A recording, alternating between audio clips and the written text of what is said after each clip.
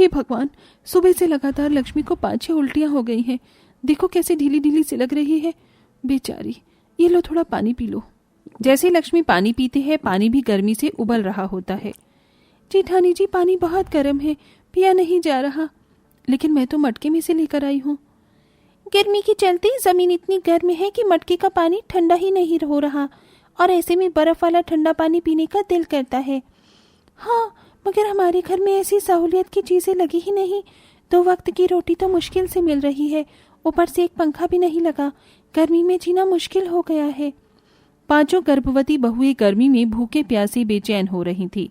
तभी उनकी गरीब सास सीता झोले में थोड़ा राशन पानी लिए पसीनों में भीगी हुई चौखट के अंदर आती है। माफ कर देना बहुओं, जरा देरी हो गई। आते आते मैं अभी झट से दाल चावल चढ़ा देती हूँ। गरीब सीता के बूढ़े शरीर से टप टप पसीना बह रहा था।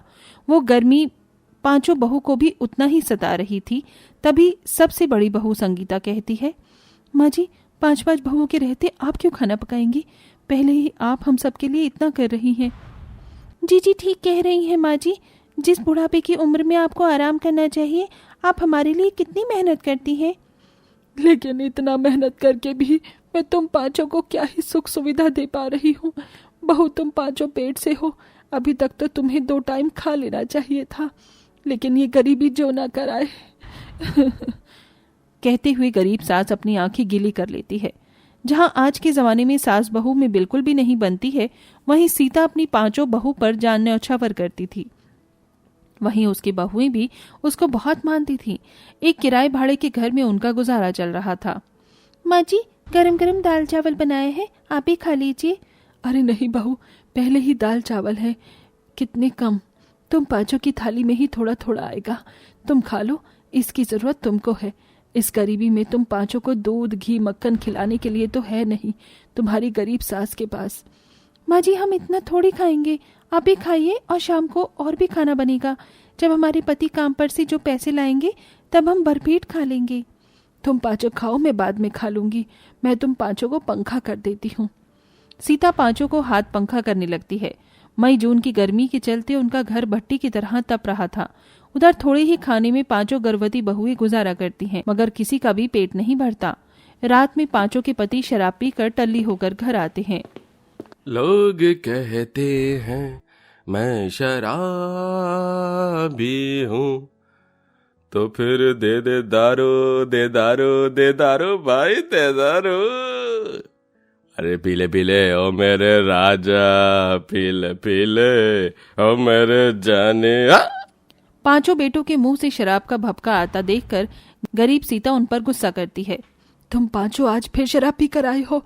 पिछले 2 दिनों से 1 रुपया कमा कर नहीं दिया तुमने, सारी की सारी दारू पिया है। देता हूँ ना पैसा। माँ बोलो कितना पैसा चाहिए तुमको? अरे पैसों की तो मैं रेल बना दूंगा माँ। कम बखत नकारा निकम्मा, रुक, तुम 5 की रेल मैं बनाती हूँ। जरा भी शर्म नहीं तुम्हें? घर में बीवी पेट से है और तुम पौवा चढ़ा कर आते हो। इस बुढ़ापे में हड्डी तोड़कर तुम्हारी माँ कैसे कैसे 2 वक्त का दाना पानी कमा कर ला रही है, तुम्हें समझ नहीं आता? मकान मालिक को किराया देना है, क्या क्या करूंगी मैं, है?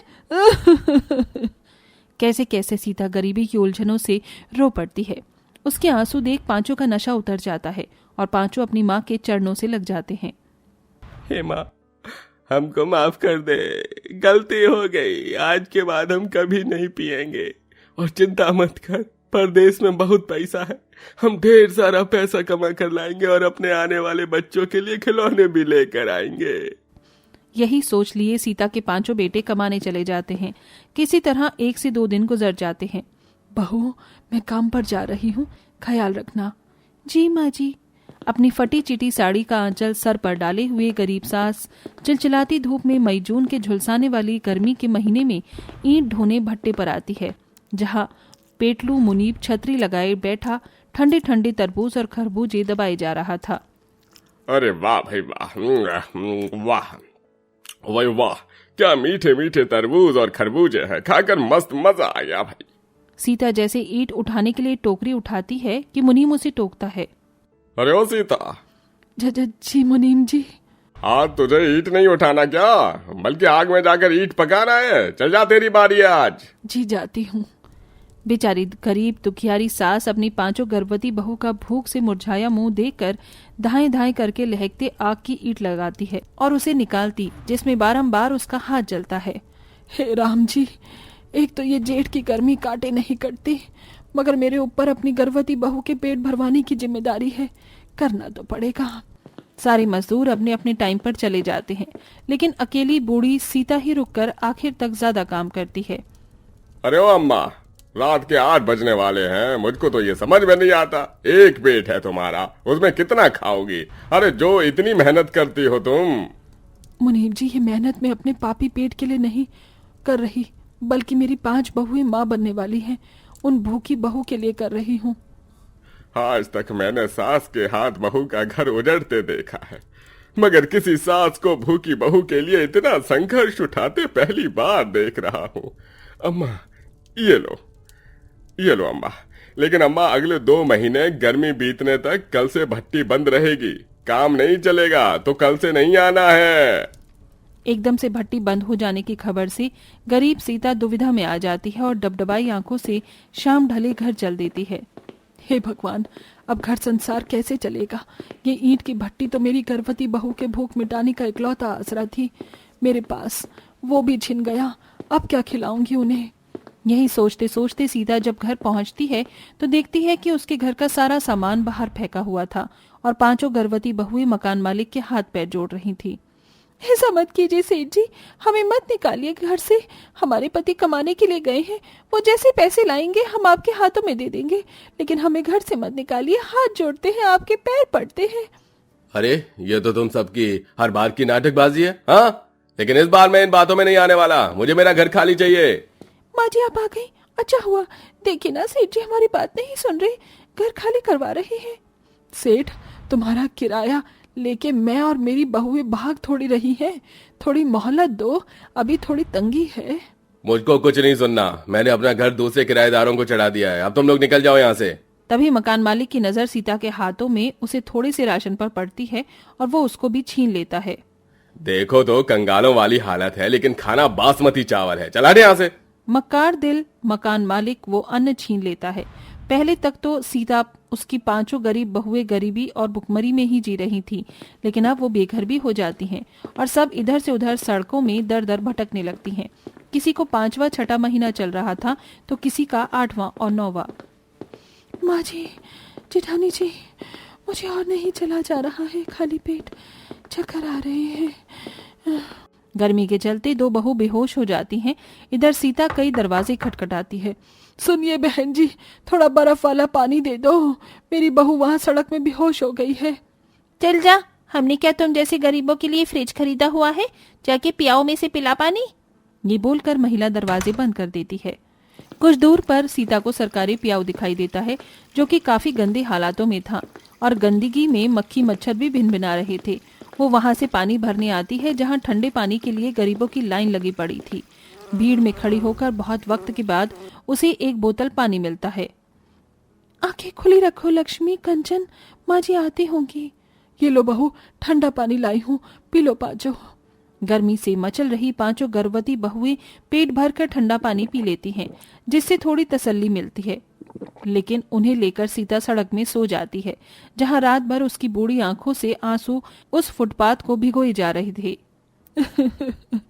ये तेरी कैसी लीला और कैसा नसीब है विधाता, मेरे घर की लक्ष्मी ऐसी हालातों में मेरे संग दर बदर भटक रही है और मेरे पास इतना भी नहीं कि मैं उन्हें 2 टूक रोटी ही खिला पाऊं।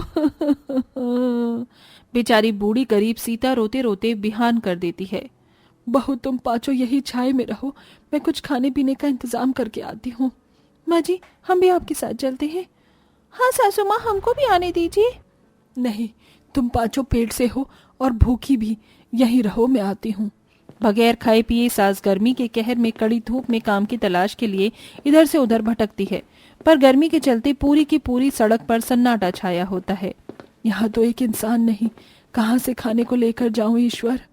अरे कोई तो होगा जो इस सीवर की सफाई कर दे। अरे किसी को भी पकड़ कर लिया, मैं 500 रुपए दूंगा। वहां से गुजरती सीता ये सुनकर रुक जाती है। साहब, मैं अच्छे से सफाई कर दूंगी, कहो तो। ठीक है माताजी, कर दो। गटर के अंदर से गर्मी के चलते बहुत ही बास आ रही होती है, लेकिन कहते हैं ना, अक्सर भूख गरीब से कुछ भी करवा देती है। सफाई के बदले सीता को वो आदमी 500 रुपए और खाने पीने की चीज देता है। उधर सड़क में से लोगों के भगाए जाने के बाद भूखी बहुएं कचरा दान के पाइपलाइन में पहुंच जाती हैं। धूप में नंगे पांव चलकर सास वहां आती है। उसकी आंख में आंसू भरे थे। बहू देखो, खाना ले आई हूं मैं। मगर माँ जी, आपके कपड़े मैले कैसे हुए? वो सड़क पर ठेस लग गई थी तो गिर गई, उसी से गंदे हो गए। माँ जी, आपको तो झूठ बोलना भी नहीं आता। आपने हमारे लिए कितना किया ताकि हम खा सके। इतना दुख उठाया। चलिए साथ में खाते हैं। पता नहीं कौन से पुण्य का फल है जो आप जैसी सास हमको मिली। उस पल पांचों बहू की आंखों में आंसू थे। सबने मिलकर वो खाना खाया और अब पांचों बहुएं भी कचरेदान में कूड़ा बीनती हैं और सास सड़क पर झाड़ू लगाती और उन्हें खिलाती।